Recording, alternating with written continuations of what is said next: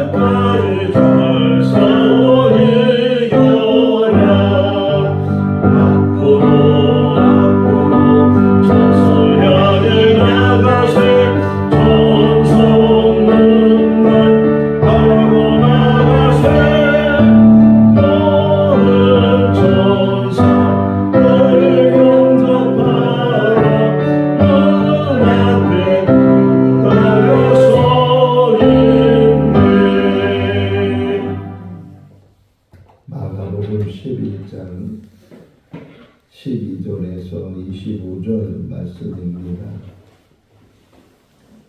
마가복음 11장 12절에서 25절 말씀. 이튿날 그들이 베다니에서 나왔을 때 예수께서 시작하신지라 멀리서 잎사귀에 있는 한 무화과 나무를 보시고 혹 그 나무에 무엇이 있을까 하여 가셨더니 가서 보신즉 잎사귀 외에 아무것도 없더라. 이는 무화과의 때가 아니라. 예수께서 나무에게 말씀하여 이르시되 이제부터 영원토록 사람이 내게서 열매를 따먹지 못하리라 하시니 제자들이 이를 듣더라. 그들이 예루살렘에 들어가니라. 예수께서 성전에 들어가사 성전 안에서 매매하는 자들을 내쫓으시며 돈 바꾸는 자들의 상과 비둘기 파는 자들의 의자를 둘러 엎으시며 아무나 물건을 가지고 성전 안으로 지나다님을 허락하지 아니하시고 이에 가르쳐 이르시되 기록된 바 내 집은 만민이 기도하는 집이라 칭함을 받으리라고 하지 아니하셨느냐. 너희는 강도의 소를 만들었다 하시매 대제사장들과 서기관들이 듣고 예수를 어떻게 죽일까 하고 꾀하니 이는 무리가 다 그의 교훈을 놀랍게 여김으로 그를 두려워함일러라. 그리고 나이 저물매 그들의 성 밖으로 나가다가 그들이 아침에 지나갈 때에 무화과 나무가 뿌리채 마른 것을 보고 베드로가 생각이 나서 여짜오되 라비여 저주하신 무화과 나무가 말하나이다. 예수께서 그들에게 대답하여 이르시되 하나님을 믿으라. 내가 진실로 너희에게 이르노니 누구든지 이 산더러 들려 바다에 던져지라 하며 그 말하는 것이 이루어질 줄 믿고 마음에 의심하지 않으면 그때도 되리라. 그러므로 내가 너희에게 말하노니 무엇이든지 기도하고 구하는 것은 받은 줄로 믿으라. 그리하면 너희에게 그대로 되리라. 서서 기도할 때에 아무에게나 혐의가 있거든 용서하라. 그리하여야 하늘에 계신 너희 아버지께서도 너희 허물을 사하여 주시나 하시니라. 아멘. 할렐루야.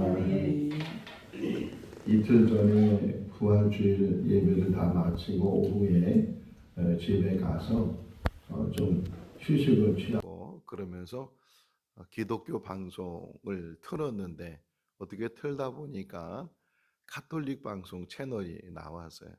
근데 마침 그때 그 가톨릭에서 로마 바티칸 베드로 성당 앞에 있는 광장에 수천 명이 모여서 부활절 미사를 드리는 것을 보게 되고 앞에 강대상 강단이 있었는데 거기에 교황이 앉아 있었어요.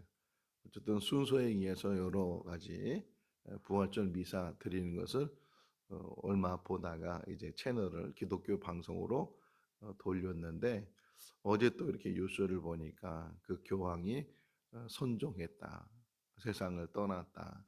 88세의 일기로 세상을 떠났어요. 프란체스코 교황인데, 근데 이분이 어떤 분이냐 하면 원래 교황은 이제까지 그분이 266대였는데 이제까지 교황은 유럽인 중에서 뽑았는데 이분은 남미 사람이 아르헨티나 그러니까 최초로 남미 사람이 교황이 돼서 이렇게 교황으로 사역을 하다가 어제 세상을 떠나게 됐는데 죽기 전에 유언으로 품위는 지키되 서민적으로 장례를 치러 주기를 바란다고 그래서 아주 간소하게 절차만 교황의 예를 다 갖추고 그리고 대부분은 베드로 성당에다 안치를 하는데 그분의 그 유언에 따라서 좀 멀리 떨어져 있는 다른 성당에 안치를 하게 된다 이렇게 뉴스가 나오게 됐어요. 이제 교황을 뽑는 제도가 있는데 그 콘클라베라고 해서 추기경들이 모여서 근데 그 추기경들이 한 200여 명 되는데 그 중에서 80세 미만 되는 한 130명 정도 되는 추기경들이 이제 모여서 비밀 투표를 해요. 아무 상의도 하지 않고 그냥 130명이 한 사람의 이름을 적어서 이제 내는데 그걸 다 개표를 해서 3분의 2 이상이 된 사람이 이제 그다음 267대 교황이 되는 거예요.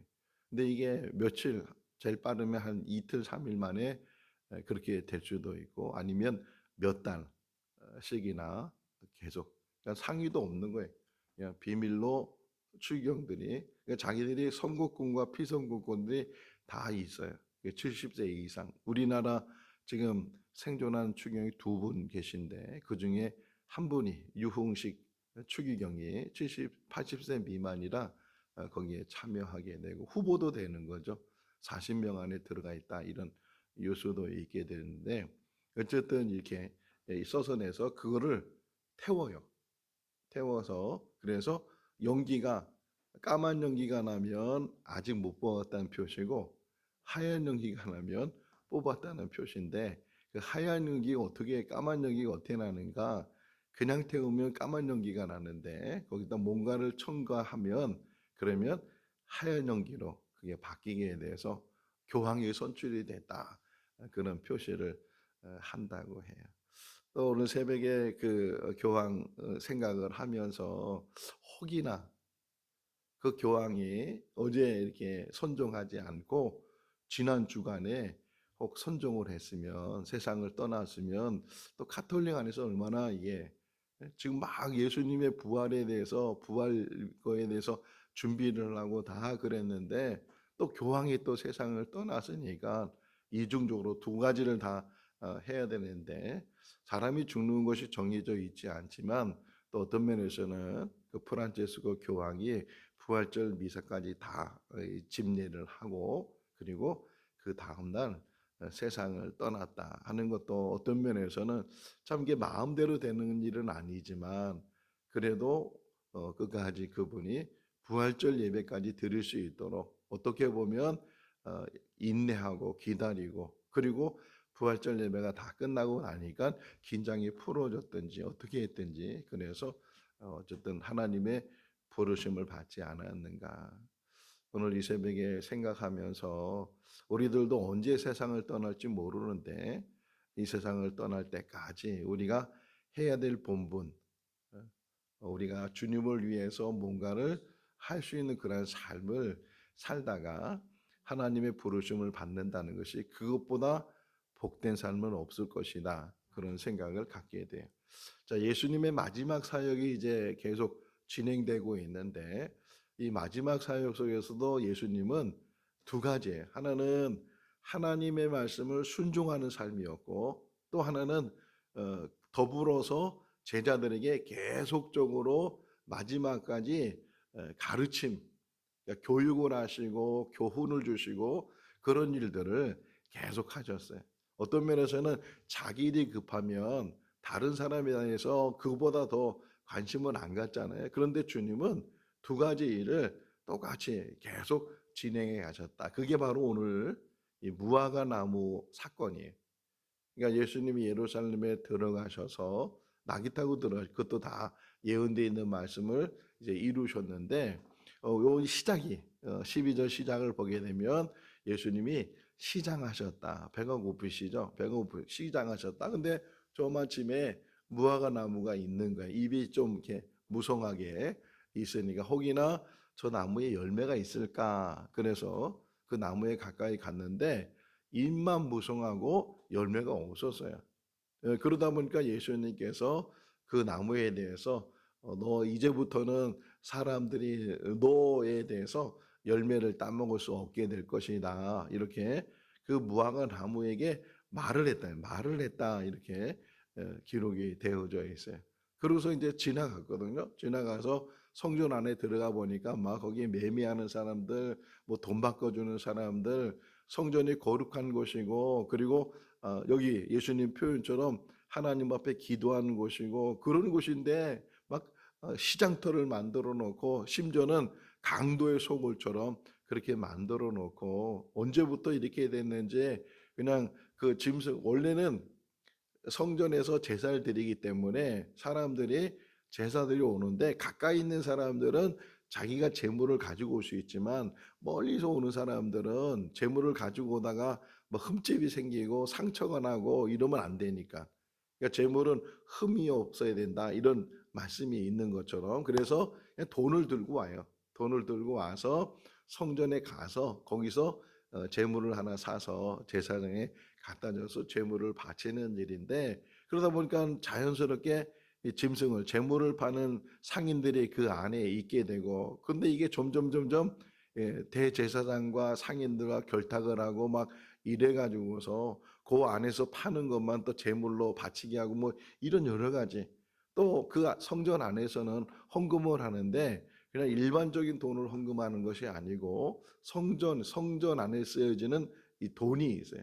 우리가 미국을 가려면 우리나라 돈 가지고 가면은 쓸 수가 없잖아요. 달러로 바꿔서 그래서 이제 가서 사용해야 되는 것처럼. 근데 막 굉장히 많은 그러잖아요. 여기서 은행에서 돈 바꾸는 거하고 공항에 가서 돈 바꾸는 거 다르다고. 거기는 엄청 더 비싸게 바꿔야 돼. 그런 것처럼 그 안에서 매점 매석 같은 걸 하고 불이한 이익을 취하고 막 그런 것들이 막 거기 안에 성전 안에 막 보여지니까 예수님께서 의분이 나셔서 그래서 막 놓고 이 허리띠를 채찍으로 만들어 가지고서 막 엎어버리고 내쫓아버리고 그렇게 하시는 일들을 행하셨어요. 우리에게도 지금 교훈을 주는 거예요. 교회가 교회답지 못하고 그러면 지금 예수님이 또 오시면 얼마나 의분하실까 하는 것을 우리가 잘 생각하고 저 역시도 그렇고 우리 모든 성도도 그렇고 우리 하나의 교회를 세울 때 그 교회가 항상 우리가 주제가 뭐냐면 교회가 교회다워야 된다. 제가 늘 쓰는 말이 있잖아요. 사람이면 사람이냐 사람다워야 사람이지. 똑같아요. 모든 게 다 그래. 교회면 교회냐? 교회다워야 교회지. 성도면 성도냐? 성도다워야 성도지. 이 말씀들을 항상 기억을 해야 되는데 정말 교회가 뭔지, 성전이 뭔지, 성전의 기능이 뭔지, 교회의 기능이 뭔지 이런 것들을 우리가 잘 생각을 해서 우리가 뭐 거룩하게 신발 안 신고 오는 게 거룩한 게 아니고 정말 하나님에 대한 경외심이나 그 예배에 대한 자세나 이런 것들이 잘 영적인 의미의 거룩이 있어야지 어떤 형식적이나 물론 형식적인 의미도 무시하면 안 되는데 그것만 그러다 보면 외식하게 되잖아요. 그러다 보면 거칠에만 하게 되고 그런 일이 있는데 어쨌든 우리가 이렇게 새벽에 모여서도 몇 명 안 되는 성도들이 모이지만 우리가 두세 사람이 모인 곳에 내가 너희와 함께한다 말씀하시는 것처럼 그렇게 늘 새벽 예배 때마다 또는 주일 예배나 어떤 모임 때마다 교회 안에서 우리가 생활할 때에 하나님 앞에 늘 코람되어 하나님 앞에 있다는 것을 늘 기억하는 그러한 삶을 우리가 살아야 될 줄로 믿습니다. 어쨌든 성전에 대해서 예수님께 다시금 이렇게 종화시키는 그러한 일들을 행하시고 다시 베다니로 갔다가 이제 또 다음 날 나오는데 아침에 보니까 정말 어제 그 봤던 그 나무 무화과 나무가 뿌리채 말랐다고 표현해요. 뿌리채 말라 버렸어요. 우리가 나무를 이렇게 볼 때 물론 말라 죽는 나무도 있지만 하루아침에 말라 죽지는 않잖아요. 몇 달이 걸리거나 또 몇 년이 걸리거나 뭐 그렇게 해서 나무가 마르지. 그 다음 날 바로 나무가 말라버리는 경우는 정말 이례적이잖아요. 근데 이 그때 베드로가 이걸 봤단 말이에요. 베드로가 이걸 보고서 생각이 나서 어제 주님이 하신 말씀이 생각이 나서 그가 표현했어요. 랍비요. 당신이 저주한 나무가 지금 말라버렸습니다. 이렇게 표현했어요. 전 여기서 다시 묵상이 되더라고요. 여기 한번 다시 한번 보실래요? 21절 읽어볼까요? 베드로가 생각이 나서 저주하신 무화과 나무가 말랐나이다. 뭐라고 표현했냐면 예수님이 그 나무에게 저주를 했다는 게. 그랬어요, 안 했어요? 안 했어요. 그런데 인간의 생각과 인간의 판단이 저주했다고 생각하는 거예요. 예수님은 저주하시는 분이 아니잖아요. 심지어는 가늠한 여인에게도 용서해 주시는 분이시고 그분은 늘 서로 사랑하라고 용서하라고 오늘 25절 맨 마지막도 보세요. 너희가 기도할 때 용서하지 않으면 사함을 받지 못한다는 게 너희가 용서했기 때문에 하나님으로도 사함을 받게 된다 이렇게 말씀하시는 분이 예수님이셔요. 그분의 말은 사랑이었고 늘 관용과 베품이었고 그런 분인데 지금 베드로의 표현을 보게 되면 저주했다고 이게 인간이 가지고 있는 판단과 혹이나 설교를 들은 성도들의 판단일 수 있다는 거예요. 설교는 이제 어쨌든 하나님의 말씀을 전하는 일인데 그 하나님의 말씀을 전하는 일을 자기의 생각과 자기의 판단으로 그거를 자꾸만 설교를 정지한다고 그 설교가 저주한다고 이렇게 혹이나 우리가 생각할 수 있다는 게 제가 서두에 말씀드렸죠. 예수님은 두 가지를 중심으로 하나는 하나님의 말씀을 순종하는 것과 또 하나는 제자들을 교육하는 것, 교훈하는 것 마지막까지 주님은 가르치시는 일을 제자들에게 또 우리들에게 보여주시는데 저주한 게 아니에요. 제가 미국에 살 때 그 교회 안에 있는 사택에 좀 머물러 있었는데 그 바로 사택 옆에 큰 오렌지 나무가 있었어요. 큰 오렌지 나무가 있었는데 놀라운 거는 꽃이 펴 있고 열매가 자라가고 있고 열매가 익은 열매가 달려 있고 이게 사실사철. 사실사철. 우리나라는 안 그렇잖아요. 요즘 꽃이 피는데 그 꽃이 이제 열매가 돼. 한 번 열매가 맺으면 이제 그 다음 해에 또 꽃이 피고 열매가 맺는데 그 오렌지 나무는 계속 꽃이 피고 계속 열매가 자라고 계속 그 익은 열매가 달려 있고 잎사귀가 항상 그 기온이 그래. 그 기온이 어쨌든 LA란 지역이 어떤 면에서는 좀 이스라엘 지역하고 비슷해. 무화과 나무도 마찬가지예요. 우리나라도 무화과 많아요. 전라도 저 밑으로 내려가면 나주나 이런 데가 무화과 특산물이 돼 있는데 무화과가 물론 1년에 한 번 열리는 열매이지만 때로는 그 열매들이 사시사철 달려 있을 때가 그러니까 예수님도 찾아갔잖아요. 혹시나 열매가 있을까 그런 생각으로 찾아갔는데 막상 가 보니까 잎은 무성한데 잎은 많은데 열매가 없었단 말이에요. 그러니까 물론 시장에서 찾아간 일이지만 그러는 가운데 마지막 지금 예수님이 며칠 있다가 십자가에 죽으시고 마지막 사역을 하셔야 되는데 그러면서 마지막까지도 예수님께서 그 제자들에게 우리에게 가르쳐 주는 게 이 시대를 가르쳐 주고 있어요. 어떤 의미예요? 잘 알고 있는 것처럼 잎은 무성한데 열매가 없으면 말라버린다는 거예요. 이거 마른다는 의미가 뭐예요? 형벌을 받게 되고 결국은 책망을 받게 되고 그렇게 된다는 거예요. 정말 신앙생활은 잘하는 것 같은데 남이 볼 때는 정말 열심인 것 같고 그런데 실상은 열매가 없으면 우리 인생을 뒤돌아보면 혹 이런 모습일 거라는 거예요. 뭐 겉으로 볼 때는 정말 저 사람만큼 신앙생활 잘하는 사람 없다 이렇게 혹이나 말을 듣는 사람이 있다 할지라도 그것이 잎사귀만 무성하고 실상은 열매가 없다면 하나님의 이 과일수는 뭐가 필요한 거예요?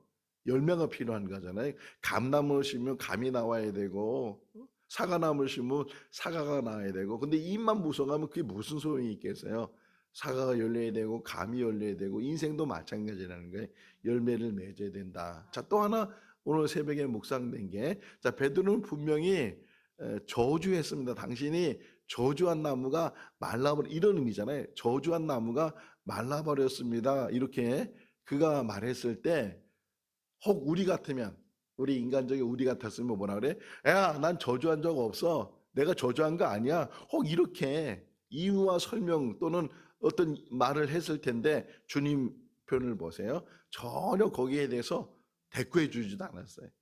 저주했다는 말을 하든 뭘 말을 하든 오해를 하든 비방을 하든 이상한 말을 하든 거기에 대해서 이유나 설명이나 이런 것들을 하지 않고 오히려 주님께서는 그러니까 이걸 뭐야? 의문 현답이라는 표현을 할 수도 있는데 이런 말을 표현한 베드로를 향해서 예수님께서 말씀하시기를 하나님을 믿어라. 믿음에 대한 말로 오히려 주님은 말씀하시는 거예요. 베드로의 말에 오해가 있는 부분을 아시면서도 설명하거나 거기에 대해서 이유를 대거나 그렇게 하지 않으시고 오직 그분은 정말 어떻게 보면 그 바다 같은 마음을 갖고 계시고 그런 분이니까 이 인류를 구원하시기 위해서 이 땅에 오셨을 텐데 어쨌든 그분이 또 하나의 교훈이 바로 무화과 나무에는 열매가 없다는 것에 대해서 교훈을 주는 것뿐만 아니라 그 사건에 또 하나의 우리에게 교훈을 주는 게 하나님을 믿으라.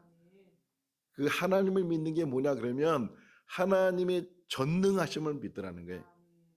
우리는 할 수 없지만 하나님은 하실 수 있다. 그게 믿음이라는 거예요. 그럼 설명하기를 산을 들어서 바다에 옮겨지라고 해도 믿음을 가지고 그렇게 말하면 그렇게 될 줄로 확신하면 그렇게 반드시 될 것이다. 자, 그러면서 24절 말씀이에요. 읽어볼까요? 그러므로 내가 너희에게 말하노니 무엇이든지 받은 줄로 믿으라. 그리하면 너희에게 할렐루야. 자, 이런 믿음이 있어야 된다는 게. 근데 대부분의 우리들의 기도는 어떤 기도냐? 의심하는 기도, 불신하는 기도. 기도하면서도 자기 스스로 안 된다는 거예요. 이건 안 되는 일이라는 거예요. 그게 아니고 거기에 덧붙이는 거예요. 우리는 할 수 없지만 하나님은 하실 수 있다. 이런 믿음을 가지고 그게 믿음이고 그게 기도라는 거예요. 그런데 하나 더 붙였어요. 예수님께서. 그렇게 기도하는 사람에게 필요한 게 뭐냐? 용서함이다. 용서와 사랑을 가지고 기도하지 않으면 아무리 믿음이 있다고 하지만 그게 고린도서 13장에 나오는 사랑장의 설명이잖아요. 아무리 방언을 해도 아무리 자기를 희생하는 그런 삶을 살아도 사랑이 없으면 그게 무슨 유익이 있고 그게 뭐 어떻게 그게 사랑이 없으면 아무리 이게 해도 뭐 산을 옮길 만한 믿음이 있어도 사랑이 없으면 그게 무슨 소용이 있겠느냐 말씀하고 있는 것처럼, 자, 하나님을 믿는 것, 믿음으로 기도하는 것, 그 기도 속에서 역사가 일어나는 것 다 좋다는 거예요. 다 좋다. 그러나 반드시 꼭 알아야 되는 게 용서함이 있어야 된다. 용서. 그래서 예수님 그 산상수훈에서도 말씀하시잖아요. 제단에서 예물을 드리다가 어떤 사람과 관계가 소홀한 것이 있으면 가서 그 문제를 해결하고 와서 제물을 드려라. 이렇게 말씀하고 있는 것처럼 26절은 없다고 써 있잖아요. 25절, 26절이 뭐냐면 그 밑에 한번 보세요. 26절 하면은 번호가 나온단 말이에요. 그 번호를 따라가게 되면 우리 그 번호를 한번 읽어볼까요? 만일 너희가 용서하지 아니하면 하늘에 계신 너희 아버지도 너희 허물을 사하지 아니하시리라 있어. 이렇게 돼. 지금 우리가 갖고 있는 성경에는 그 요절이 없는데 다른 사본에는 그 요절이 있는데 그 요절이 뭐냐? 25절에 반대되는 말씀을 하셨다. 너희가 용서하면 아버지도 사해 주시고 너희가 용서하지 않으면 아버지도 사하지 않는다. 그러니까 믿음과 기도와 용서가 떨어져 있는 것이 아니고 붙어 있다는 거죠. 하나님을 믿는 사람은 능력 있는 기도를 할 수 있고 그 능력 있는 기도를 하는 사람은 바탕이 사랑이 있어야 된다. 용서와 관용과 그 모든 것들을 품을 수 있는 그 사랑을 가지고 기도하면 산을 들어 바다에 옮기라 할지라도 그것이 옮겨진다는 게, 그런 역사가 우리 삶 가운데도 일어난 줄로 믿습니다. 일어날 줄로 믿습니다. 날마다 그런 역사, 안 되는 일을 되게 하는 역사가 일어나잖아요. 그죠, 전사님? 정말 내가 생각하고 있는 것 이상으로 하나님이 채워주시고 역사하는 분이, 우리 전사님이 다 저한테 하는 얘기 중에 하나가 여기서 사람을 많이 태우고 청주에 가야 되는데 제 차 가지고는 많이 못 간다고, 사람 많이 태우는 차가 있으면 좋겠다고. 누가 들으셨어요? 하나님이 들으신다. 정말 생각지 않은 일 속에서 그 모든 일들이 이루어지는 그 역사가 일어나잖아요. 그보다 더한 역사를 하나님이 이루실 줄로 믿습니다. 가장 중심 속에는 사랑이에요. 사랑. 사랑을 가지고 주님 앞에 헌신하고 주님 앞에 바로 서 있으면 지금은 안 되는 것 같고 더딘 것 같고 불가능 같아도 하나님이 하시잖아요. 생거진전교회가 그런 역사를 이뤄나가고 그런 뜻을, 하나님의 뜻을 이뤄나가는 우리 모든 성도들이 다 될 수 있기를 주님의 이름으로 축원합니다. 기도하겠습니다. 사랑이 많으신 하나님 아버지, 부활주의를 맞이했던 우리들, 그 부활의 예수 그리스도를 다시금 바라볼 수 있는 믿음을 주시고 또 주님께서는 마지막까지 우리들에게 교훈을 주시는데 잎만 무성한 무화과 나무가 되지 말고 열매 맺는 무화과 나무가 되라고 말씀하십니다.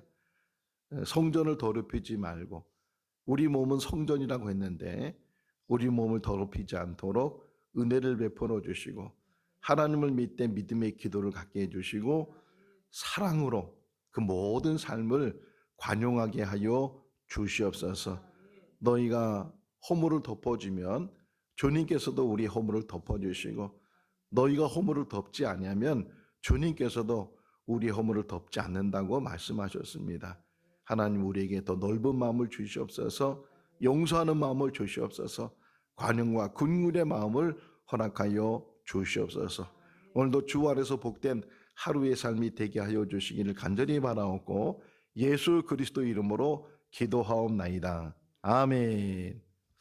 마쳤습니다. 자유롭게